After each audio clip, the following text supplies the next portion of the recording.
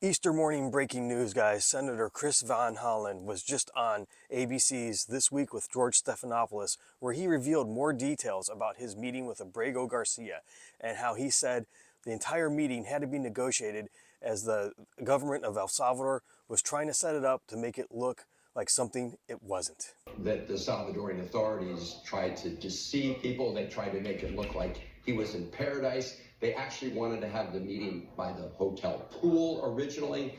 Really? Absolutely. Absolutely. We had to negotiate that. They wanted to put me right overlooking the pool. In fact, if you had a different angle on the camera shot, you would see the pool. Bukele put out a statement saying, miraculously risen from the death camps and torture and sipping margaritas with you.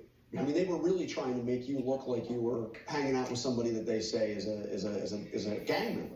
Bukele, yes, he tried to make it look like somehow this was Abrego Garcia was enjoying himself. All of that was a setup, right? He had the waiters there. People ordered the waiters to bring these things that look like margaritas.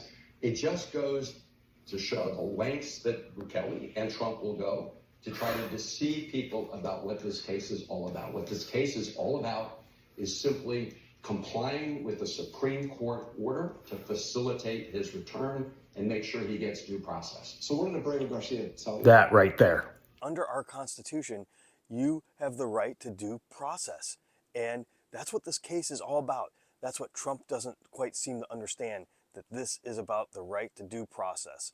And that's why we have to fight for this, because if they can take it away from this man, who even had a judge's order to not deport him back to El Salvador, it could happen to anyone. It could happen to American citizens, and we know this because Trump is floating the idea of sending American citizens to these camps, to these prisons in El Salvador. So that's why this fight is so important. Let me know what you think. If you agree, disagree, comment, like, share, spread the word, and keep checking back here for the 411.